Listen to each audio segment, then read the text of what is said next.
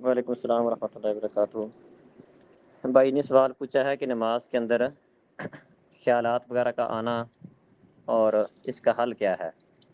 سب سے پہلی بات تو یہ ہے کہ نماز خشوع اور خضوع کے ساتھ پڑھنے کا حکم ہے،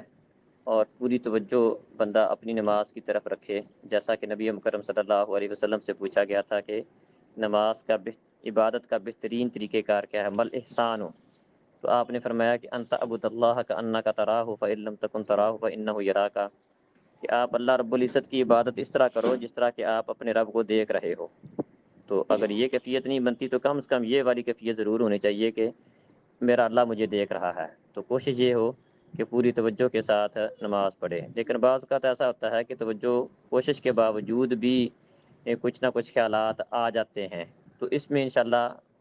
اس کا مسئلہ نہیں ہے، جیسا کہ صحیح بخاری میں حدیث ہے، نبی مکرم صلی اللہ علیہ وسلم نے فرمایا کہ ان اللہ تعالی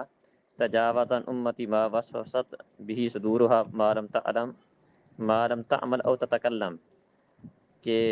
اللہ رب العزت نے میری امت سے اس چیز کو معاف کر دیا ہے جو ان کی سینوں میں وسوسے خیالات وغیرہ آتے ہیں، جب تک ان کے مطابق عمل نہیں کرتا یا ان کو زبان پر نہیں لاتا تو اللہ تعالیٰ ان وسوسوں کے اوپر مواخذہ نہیں کرتا ہے۔ اور اس کے علاوہ بھی کئی ایک دلیلیں موجود ہیں، جیسا کہ صحیح بخاری میں ہی ہے، نبی کرم صلی اللہ علیہ وسلم نے ایک دفعہ عصر کی نماز پڑھائی تھی، اور نماز کے فوراً بعد گھر گئے تھے اور واپس آئے، صحابہ نے پوچھا تو آپ نے بتایا کہ میرے گھر میں سونے کی ایک ڈلی تھی اور مجھے خیال آیا تو میں نے اس بات کو ناپسند کیا کہ وہ گھر میں پڑی رہ جائے، تو میں اس کو تقسیم کا حکم دے کر آیا ہوں۔ تو اس سے یہ بات سمجھ آئی کہ نماز کے اندر آپ کے دل میں یہ خیال آ گیا تھا۔ اسی طرح عمر فاروق رضی اللہ عنہ کے بارے میں آتا ہے کہ نیل الاوطار کے اندر ہے، کہتے ہیں کہ بعض اوقات نماز کے دوران میرا خیال لشکر کی طرف پلٹ جاتا ہے، ان کو تیاری اور ان کو بھیجنا، اور یہ اس طرف میرا خیال چلا جاتا ہے۔ تو اس سے یہ بات سمجھ آئی کہ اگر کوشش کے باوجود اس طرح کا مسئلہ ہو جائے تو اس پہ انشاءاللہ اللہ رب العزت مواخذہ نہیں کرے گا۔ اور اس کو کم کرنے کا یا اس خیالات کو ختم کرنے کا ایک طریقہ نبی کرم صلی اللہ علیہ وسلم نے یہ بھی بیان فرمایا ہے، صحیح مسلم کے اندر حدیث ہے، عثمان بن ابی العاص رضی اللہ عنہ بیان کرتے ہیں کہ میں نے اللہ کے رسول صلی اللہ علیہ وسلم سے یہ بات ذکر کی کہ شیطان میرے اور میری نماز اور قرات کے درمیان حائل ہو جاتا ہے اور مجھ پر قرات خلط ملط کر دیتا ہے۔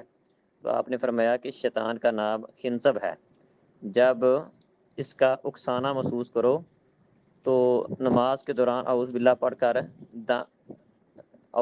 کر بائیں جانب تھوک دو، بائیں جانب 3 مرتبہ تھوک دو۔ تو سیدنا عثمان رضی اللہ عنہ نے کہا کہ میں نے ایسے ہی کیا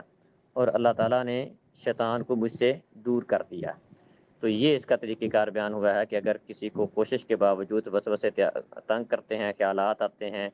ادھر ادھر کی طرف باتوں کی طرف ذہن جاتا ہے، تو اس کو ختم کرنے، کیونکہ شیطان کی یہ کوشش ہے، جیسا کہ حدیث میں آتا ہے کہ جب اذان ہوتی ہے تو شیطان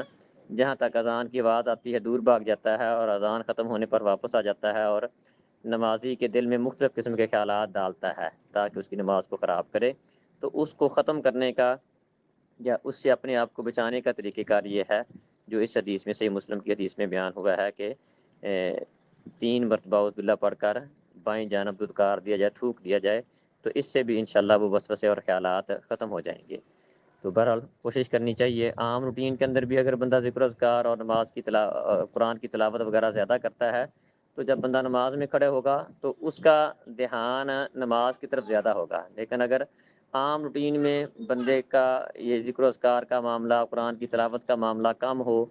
اور دنیاوی خیالات یہ وہ چیزیں اس کے دماغ پر حاوی ہوں، تو جب نماز کے لیے بندہ کھڑا ہوتا ہے تو عام طور پر وہی باتیں پھر نماز کے اندر بھی بندے کے ذہن میں گردش کرتی ہیں۔ تو بندے کو چاہیے کہ عام اپنی روٹین کو بھی بہتر کرے، ذکر و اذکار کے حوالے سے، قرآن کی تلاوت کے حوالے سے، اور غلط چیزوں کو دیکھنا سننا اس حوالے سے اپنے آپ کو بچانے کی کوشش کرے، تاکہ نماز میں جب کھڑا ہو تو دھیان اس طرف نہ جائے، اور پھر بھی اگر چلا جائے تو اس کے لیے یہ طریقہ کار بیان ہوا ہے کہ اعوذ باللہ پڑھ کر دھتکار لیا جائے، اس سے انشاءاللہ وہ خیالات ختم ہو جائیں گے۔ السلام علیکم۔